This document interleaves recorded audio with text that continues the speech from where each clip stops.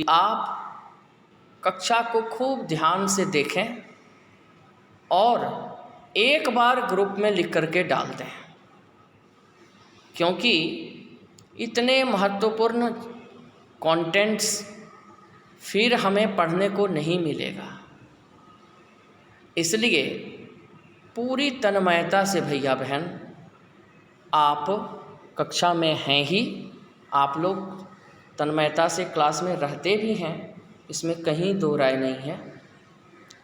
तो अब हम कंटेंट्स पर बोलना शुरू करते हैं। आप खूब ध्यान से भैया बहन, खूब ध्यान से तन्मयता पूर्वक सुनेंगे। हम सभी जानते हैं कि जब भी अगला कंटेंट हम लोग पढ़ते हैं तो हम आपको यह ब्रीफ करते हैं कि पिछले दिनों हम लोगों ने क्या पढ़ा। भैया बहन, आज भी मैं ऐसा ही कर रहा हूँ और आपको ये बता रहा हूँ कि किस प्रकार हम लोग आगे की बात करेंगे। और बोर्ड पर भी मैंने राइटिंग की हुई है, फिर मैं उसको आपको दिखाऊंगा और उस पर हम लोग डिस्कस करेंगे। भैया बहन, प्रधानमंत्री के कार्य एवं अधिकार, इसकी जानकारी मैंने आपको दी थी और प्रधानमंत्री के कार्य एवं अधिकार में हम लोगों ने देखा था कि प्रधानमंत्री संसदीय प्रणाली के एक तरह से आधार हैं। भैया बहन, संसदीय प्रणाली के वो आधार हैं। ऐसा हम लोग इसलिए बोल रहे हैं क्योंकि भारतीय प्रधानमंत्री या संसदीय प्रणाली और जिन किसी भी लोकतांत्रिक देश में होता है, सब जगह भैया बहन प्रधानमंत्री के नेतृत्व में ही सारी कार्य प्रणाली का निष्पादन होता है। इसीलिए तो हम लोगों ने कहा कि the prime minister in a parliamentary system of democracy becomes the center point of all democratic process। संसदीय सरकार के अंतर्गत जहां कहीं भी संसदीय अधिकार है, प्रधानमंत्री उस पूरे सिस्टम के क्या होते हैं? आधार होते हैं भैया बहन। इसलिए यह जरूरी है कि हम जानें और हमेशा ये जानकारी में रखें। जब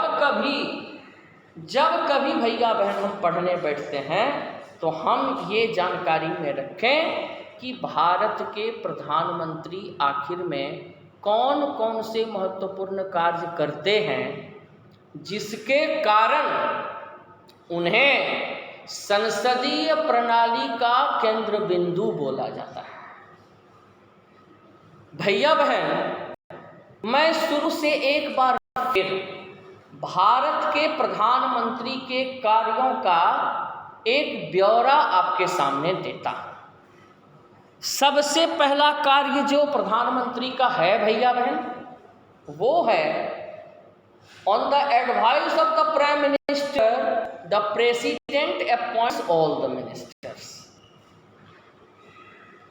मंत्रिमंडल के सभी सदस्यों की नियुक्ति भारत के राष्ट्रपति के द्वारा होता है। लेकिन फिर ऐसा क्यों कहा जाता है कि भारत के प्रधानमंत्री ही मंत्रिमंडल के निर्माण करता है?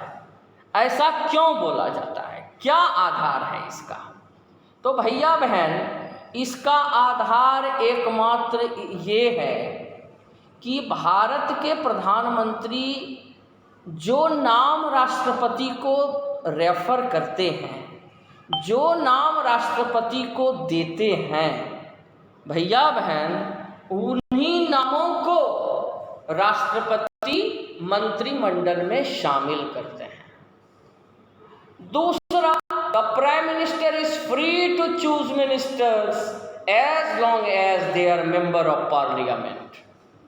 प्रधानमंत्री प्रायः उन्हीं व्यक्तियों को मंत्रिमंडल में शामिल करते हैं जो संसद के दोनों सदनों में से किसी भी सदन के सदस्य होते हैं। अब भैया बहन, संसद के दो सदन, लोकसभा और राज्यसभा। तो मंत्रिपरिषद में शामिल होने के लिए मंत्रियों का लोकसभा या राज्यसभा का सदस्य होना आवश्यक है। और डिजाइनेशन के हिसाब से भैया बहन, लोकसभा के सदस्य को भी मेंबर ऑफ पार्लियामेंट बोला जाता है और राज्यसभा के सदस्य को भी मेंबर ऑफ पार्लियामेंट बोला जाता है। नाम में कहीं कोई अंतर नहीं है, लेकिन भैया बहन हम जानते हैं कि दोनों के चुनाव प्रक्रिया में और दोनों की स्थितियों में जमीन आसमान का अंतर है। जहां लोकसभा के सदस्य जनता के द्वारा चुने गए प्रत्यक्ष प्रतिनिधि होते हैं, वहीं राज्यसभा के सदस्य आम जनता के द्वारा नहीं चुने जाते। नाम दोनों का एक ही है, ये भी मेंबर ऑफ पार्लियामेंट, वो भी मेंबर ऑफ पार्लियामेंट। संसद सदस्य लोकसभा के सदस्य को भी होते हैं और संसद सदस्य राज्यसभा के सदस्य को भी बोलते हैं। लेकिन दोनों में मूलभूत फर्क यह है कि लोकसभा के सदस्य आम जनता के द्वारा प्रत्यक्ष तौर पर चुने गए प्रतिनिधि हैं, जबकि राज्यसभा के सदस्य आम जनता के प्रत्यक्ष तौर पर प्रतिनिधि नहीं हैं। राज्यसभा के सदस्यों का चुनाव विधानसभा के निर्वाचित प्रतिनिधि। अब यह बात अलग है कि राज्य के विधानसभाओं के सदस्य आम जनता के ही द्वारा चुने जाते हैं और वही फिर राज्यसभा के चुनाव में भाग लेते हैं। तो राज्यसभा के सदस्य भी आम जनता के द्वारा ही अप्रत्यक्ष रूप से चुने गए, लेकिन अप्रत्यक्ष शब्द यह है, लोकसभा का आम चुनाव होता है। 18 वर्ष से उम्र के से ज्यादा के सभी पुरुष एवं महिलाएं, सभी नागरिक उनके चुनाव में भाग लेते हैं। लेकिन राज्यसभा के सदस्य तो विधानसभा के सदस्यों के द्वारा चुने जाते हैं। डायरेक्ट भागीदारी तो नहीं हुई। भैया बहन, अब हम प्रधानमंत्री की बाध्यता समझ सकते हैं कि प्रधानमंत्री उन्हें ही मंत्री बनाते हैं जो या तो राज्यसभा के सदस्य हों या लोकसभा के सदस्य हों। ये प्रायः शब्द यहाँ लगा हुआ है, लेकिन यह जरूरी नहीं कि प्रधानमंत्री सिर्फ संसद सदस्य को ही मंत्री बनाए। प्रधानमंत्री कभी कभी संसद के बाहर के व्यक्ति को भी मिनिस्टर बना देते हैं। ये बड़ा अजवा है और यह साबित करता है कि भारत का प्रधानमंत्री को विशेषाधिकार भी प्राप्त है। सरकार वो कैसे चलाएंगे, किनको मंत्रिमंडल में शामिल करेंगे, ये सब बातें उनके अपने विवेक पर निर्भर करता है। These things absolutely lies in his own jurisdiction. No one is there to disturb him or nobody can dare to interfere in his work. भैया बहन, इस बात को क्लैरिफाई करना आपके सामने जरूरी था।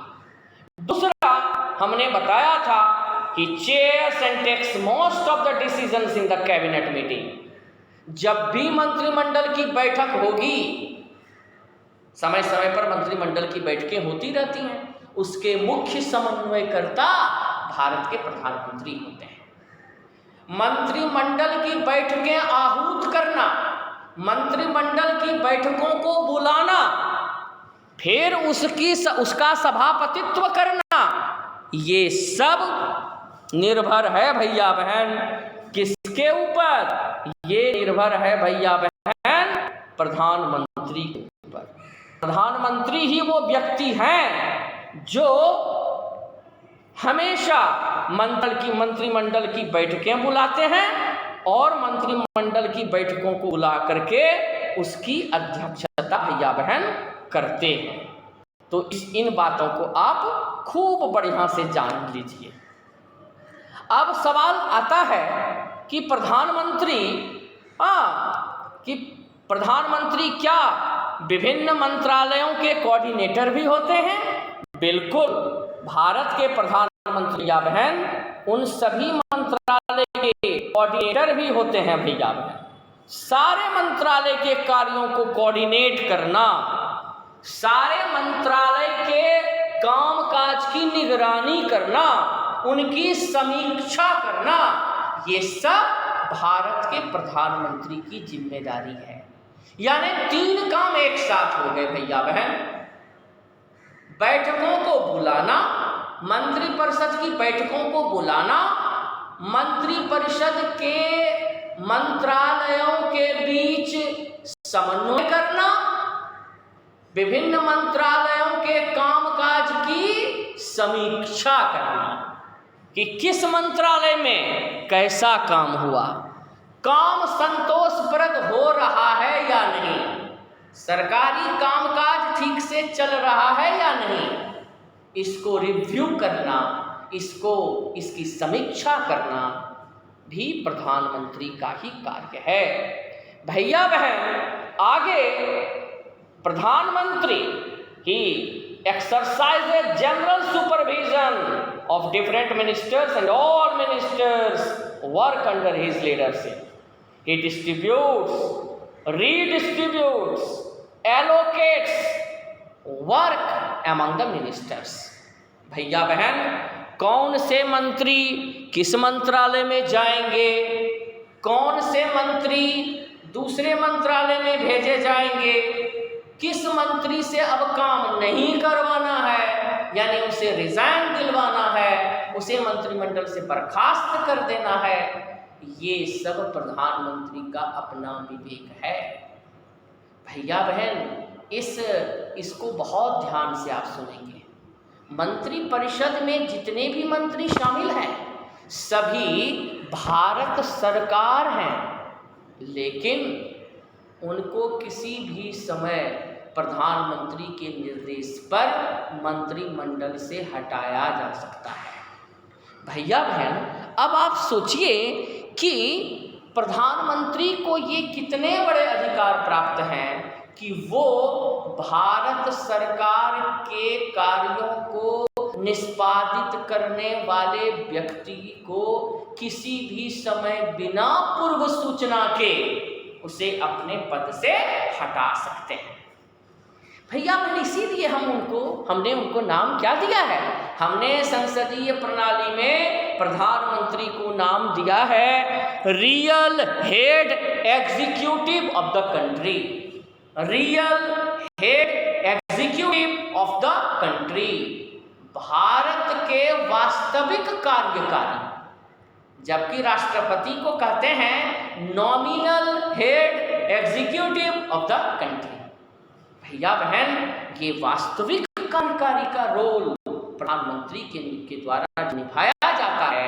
इसीलिए भारत का प्रधानमंत्री पूरे सिस्टम से सर्वा बन जाता है। He is the monarch of the entire system. भैया बहन, प्रधानमंत्री की स्थिति पर आपको प्रश्न आ सकता है। आपको मैंने पिछले क्लास में बताया था कि प्रधानमंत्री के कौन कौन से कार्य और अधिकार हैं, आज उसे फिर से बताया। इसको आप याद करेंगे, कितनी चीजों को आप लिखेंगे, लेकिन आप इस तरह से सुन करके याद कर सकते हैं। भैया बहन, दूसरा क्वेश्चन जो आज हम लोगों ने डिस्कस किया, उनके कार्यों के माध्यम से ही, उनके अधिकारों के माध्यम से ही, वो था संसदीय प्रणाली में प्रधानमंत्री की स्थिति, position and designation of the prime minister into a parliamentary democracy.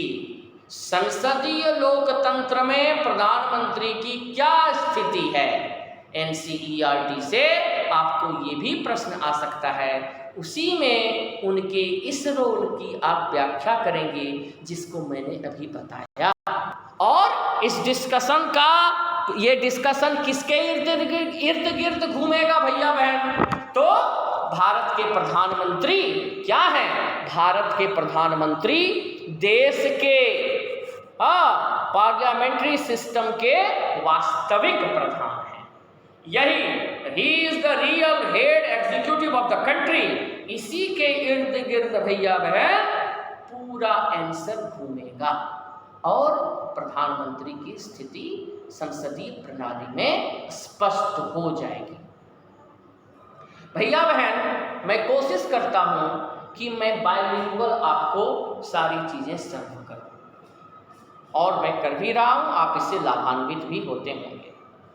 दूसरी बात जो मैंने महत्वपूर्ण बताए थे पिछले क्लास में, राजनीतिक कार्यपालिका और स्थायी कार्यपालिका, इसको याद रखेंगे भैया बहन। PT2 बस जल्द होने वाली है और उसमें यह क्वेश्चन बहुत इंपॉर्टेंट रहेगा। मैंने पिछले दिन भी आपको बताया था, राजनीतिक कार्यपालिका और स्थायी कार्यपालिका। भैया बहन, राजनीतिक कार्यपालिका में मंत्रिमंडल के सभी सदस्य आ गए, प्रधानमंत्री आ गए, ये सब राजनीतिक कार्यपालिका में आ गए। जितने भी जनप्रतिनिधि हैं वो सर्वोच्च होते हैं। कोई मंत्री अपने मंत्रालय का सर्वोच्च प्रतिनिधि होता है, लेकिन वह सिर्फ 5 साल के लिए है। मंत्री जी सर्वे सर्वा हैं, लेकिन सिर्फ 5 साल के लिए हैं।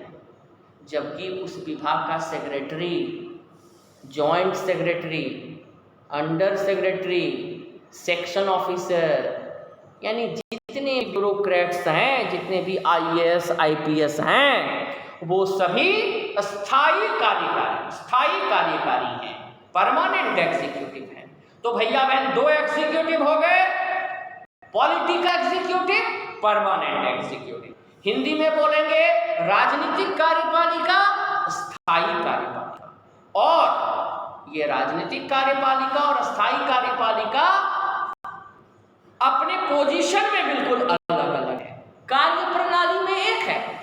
कोई मिनिस्टर हैं, कोई मंत्री जी हैं, वो अपने मंत्रालय के पंजी पर, अपने मंत्रालय के रजिस्टर पर डिसीजन जब लिया जाता है तो उसमें अंतिम हस्ताक्षर उन्हीं का होता है, तभी वो लागू होगा, तभी वो वैलिड होगा। लेकिन अगर उनको वो पंजी तैयार करके नहीं दिया जाएगा तो वो हस्ताक्षर कहाँ करेंगे?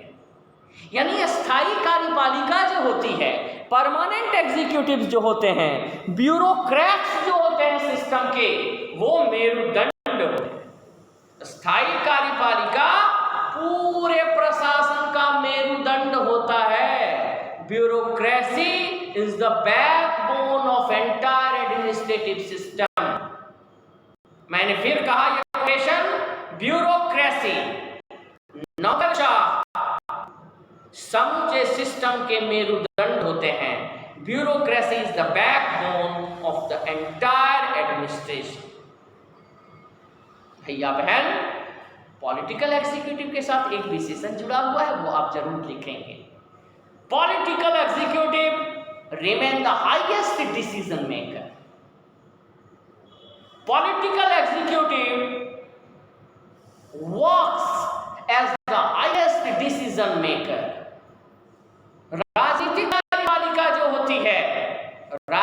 कार्यकारी जो होते हैं वो अपने अपने विभागों के सर्वोच्च निर्णयकर्ता होते हैं। अब मंत्री जी हैं, रेलवे मंत्री हैं, रेलवे मंत्री अपने डिपार्टमेंट के, भैया बहन रेल मंत्री अपने विभाग के, रेल मंत्रालय के सर्वोच्च निर्णय करता है, अंतिम निर्णय वही लेंगे। ये उनका बहुत महत्वपूर्ण स्थान बना देता है भैया बहन। और ऐसा क्यों है? ऐसा इसलिए है कि after all we are in the democratic system. हम देखते हैं गांव में मुखिया जी वो सर्वोच्च डिसीजन मेकर है, बीडीओ साहब बहुत बड़े पदाधिकारी हैं राज्य सरकार के, लेकिन मुखिया जी से सलाह करके ही वो प्रखंड का काम लाते हैं और ग्राम पंचायतों का से संबंधित निर्णय लेते हैं। बिना मुखिया के सहयोग से प्रखंड विकास पदाधिकारी इतने बड़े ऑफिसर होने के बाद भी सर्वोच्च निर्णय नहीं ले सकते। उनकी बाध्यता है, क्योंकि मुखिया जनप्रतिनिधि है। किसी डिपार्टमेंट का, मंत्रालय का मंत्री जनप्रतिनिधि है, उसको जनता चुना है। और हमारे यहाँ लोकतंत्र है, इसलिए जनप्रतिनिधि यानी राजनीतिक कार्यपालिका अस्थायी कार्यपालिका से ऊपर होती है। भैया बहन इसको आप खूब बढ़िया से समझ लेंगे। अब भैया बहन हम आते हैं बोर्ड पर लिखी हुई चीजों पर, जो आज मैंने यहाँ आपके लिए लिखा है। मंत्रिपरिषद का निर्माण तो हो गया, ये हमने जान लिया, प्रधानमंत्री ने निर्माण कर दिया, लेकिन मंत्रिपरिषद का आकार प्रकार कैसा होता है? भैया बहन 3 स्तरीय मंत्रिपरिषद का गठन होता है। मैं फिर से, आप बोर्ड पर देख लीजिए, मंत्रिपरिषद हमारे भारत में 3 टायर होता है। There is 3-tier council of ministers। मंत्रिपरिषद 3 स्तरीय होता है, यानी इसमें 3 तरह के मंत्री नियुक्त होते हैं। दूसरे शब्दों में कहेंगे तो भारत के प्रधानमंत्री 3 प्रकार के मंत्रियों को अपने मंत्रिमंडल में शामिल करते हैं। भैया बहन ये 3 प्रकार के मंत्री कौन है? पहला है कैबिनेट मंत्री, याद देखिए, पहला है कैबिनेट मंत्री, जो अति महत्वपूर्ण होते हैं और इनकी संख्या भी निर्धारित है। किसी भी मंत्रिमंडल में, किसी भी भारत के प्रधानमंत्री के मंत्रिमंडल में 20 से ज़्यादा कैबिनेट मिनिस्टर नहीं हो सकते। सामान्य परिस्थितियों में सिर्फ 20 कैबिनेट मंत्री होते हैं। इसको नोट कर लेंगे भैया। दूसरा, राज्य मंत्री स्वतंत्र प्रभार, राज्य मंत्री स्वतंत्र प्रभार वाले, यानी minister of state with independent charges. भैया बहन कैबिनेट मिनिस्टर के बाद ये सेकेंड रैंक मिनिस्टर होते हैं। इनके ये कहलाते तो हैं राज्य मंत्री, लेकिन ये कैबिनेट मिनिस्टर के अधीन नहीं होते। कहलाते हैं ये राज्य मंत्री, लेकिन कैबिनेट मिनिस्टर इन पर अपना धौंस नहीं जमा सकता, क्योंकि ये इनके अंदर में है ही नहीं।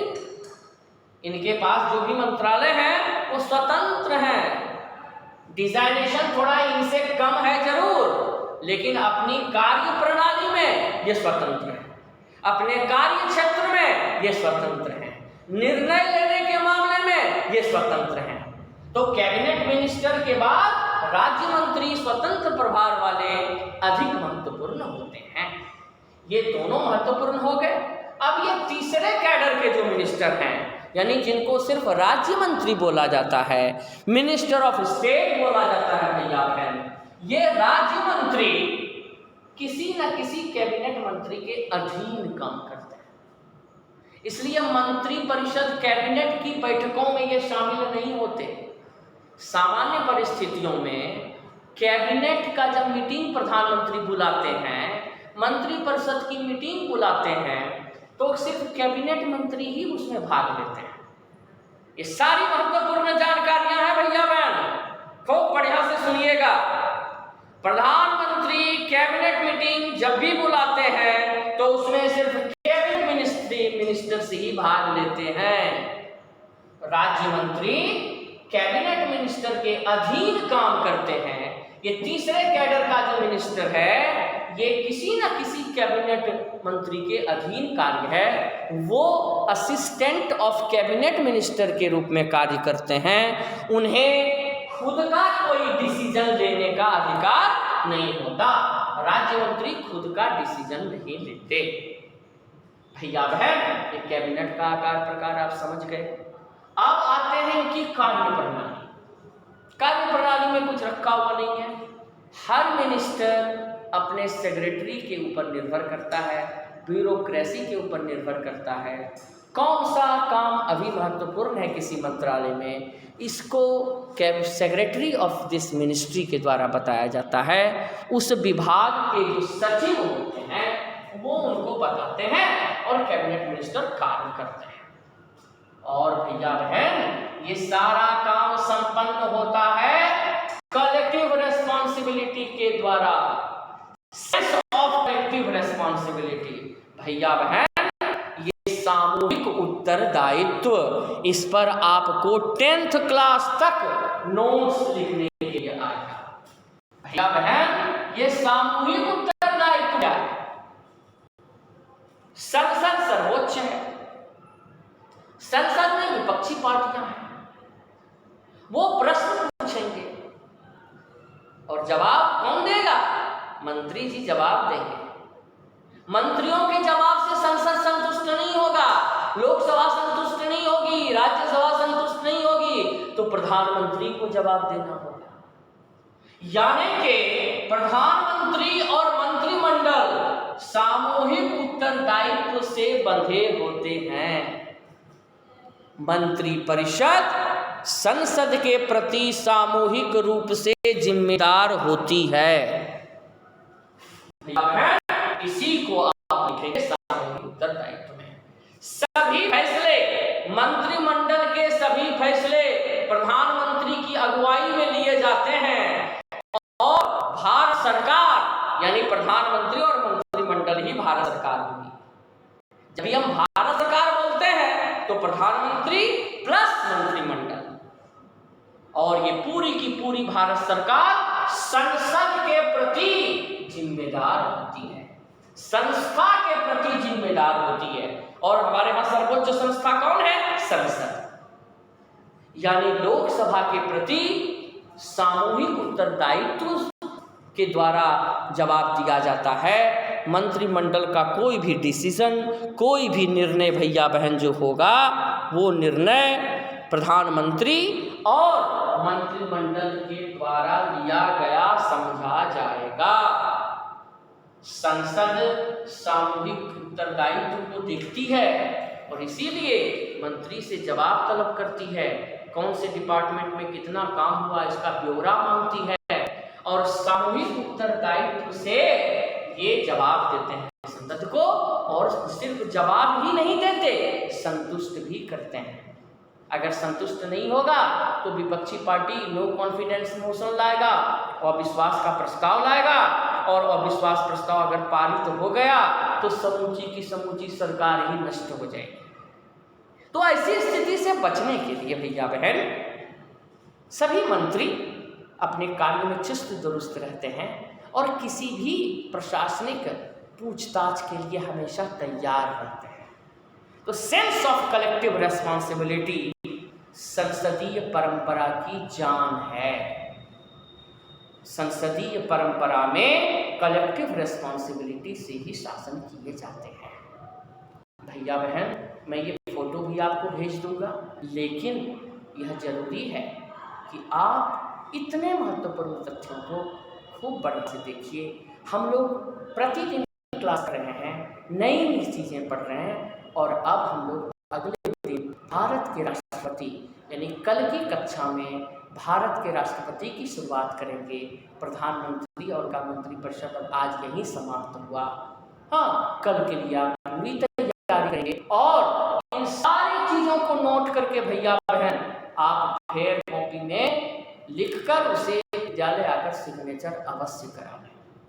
भैया बहन, जूम का टाइम समाप्त हो गया, इसलिए आप कक्षा में आए। एक बार पुनः आपको बहुत बहुत धन्यवाद। Thank you so much.